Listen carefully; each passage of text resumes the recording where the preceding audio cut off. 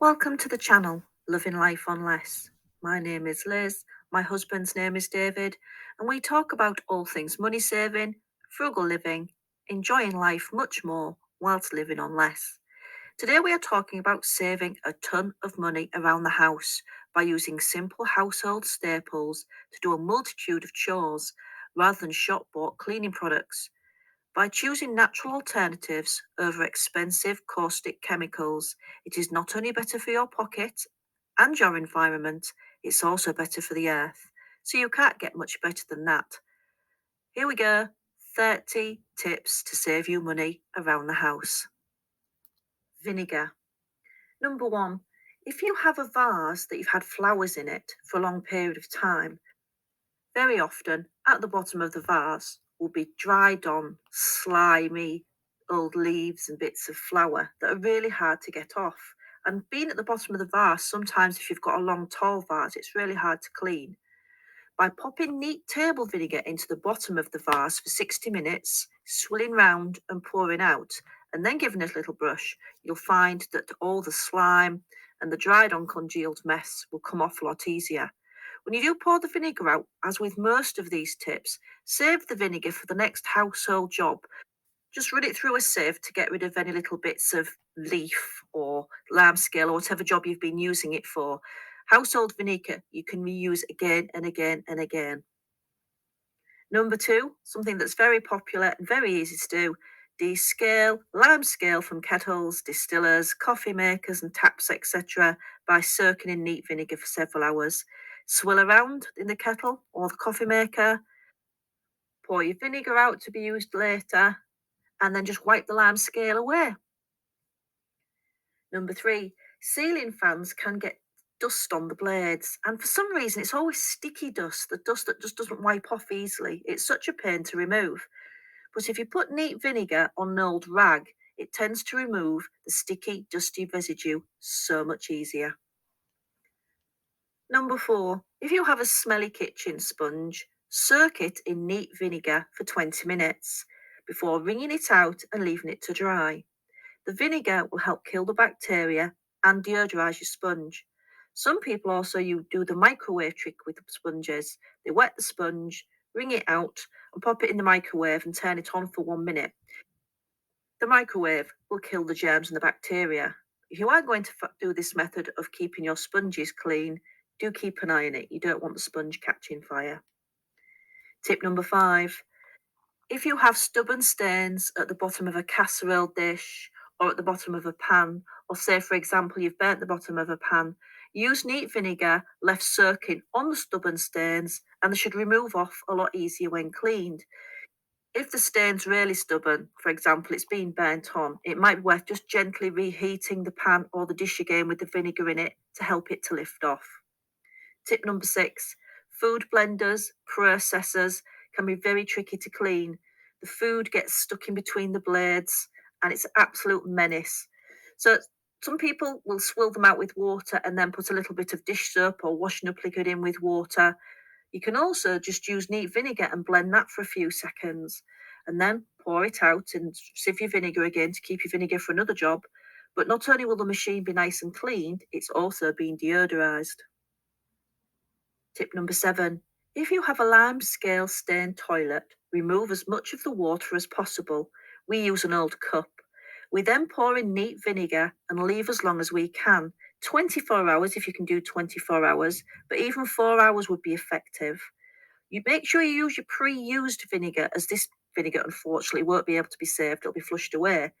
But once the vinegar's done its magic on your lime scale, you can just give it a swill round with a brush and then flush, and the toilet should be sparkly clean. Number eight, if you get detergent or bleach on your hands, it can make your hands feel so dry. As soon as you can, rinse in water and then rinse in vinegar. Vinegar helps restore the pH balance, as most household cleaners are strong alkalis. You will find your hands feel so much softer. Number nine, Vinegar with water in a spray bottle is perfect for clearing urine smells and vomit smells. Once it's dry, you can't smell the vinegar, but best of all, you can't smell the urine or the vomit. One of our cats had managed to get into our car and decided to send it because it decided it was his car. And of course, we didn't notice until the next day when you get in the car and it smells absolutely revolting. So what we did was using water and vinegar 50-50, we squirted around the car where we thought the smell was, and the next day when we got in, the smell had gone. Anybody that knows tomcat urine, very, very strong, the vinegar and water sorted it out. Number 10, you can also deodorize pet bedding using a water and vinegar spray 50-50. Just give it a really good spray all over and leave to dry fully. Once dry, no smell of vinegar, and your pet bedding smells so much fresher. Lemon, number 11. When you've squeezed or grated a lemon, there's always something left over, and you want to make sure you use that lemon to the max. So here's a few ideas what you can do with a leftover lemon. You can chop and freeze the lemon into ice cubes for drinks. Not only is lemon detoxifying, good for the digestive system, immune boosting, and an anti inflammatory, they also look good in drinks. I've found that my daughter thinks they look fantastic and always wants a couple of lemon ice cubes in her glasses of water. Number 12, put your bit of leftover lemon in a bowl of water and microwave for 2 minutes. Then wipe the inside of the microwave. Not only does all dirt and stubborn stains come off on the inside of the microwave, the lemon deodorizes the microwave, leaving it smelling clean and fresh. Number 13, you can use lemon as a nail circ. You pop your nails into a piece of lemon just for 5 minutes, rub them around, and they have a strengthening effect on your nails. And also, does the lemon, which is a natural bleach, have a whitening effect on your nails? Number 14, used in a water spray with a little bit of washing up liquid, it can create a lovely, fresh smelling all purpose spray. The spray should be about 98% water, just a couple of drops of the washing up liquid, and your lemon juice. That's all you need to make a fantastic fresh spray.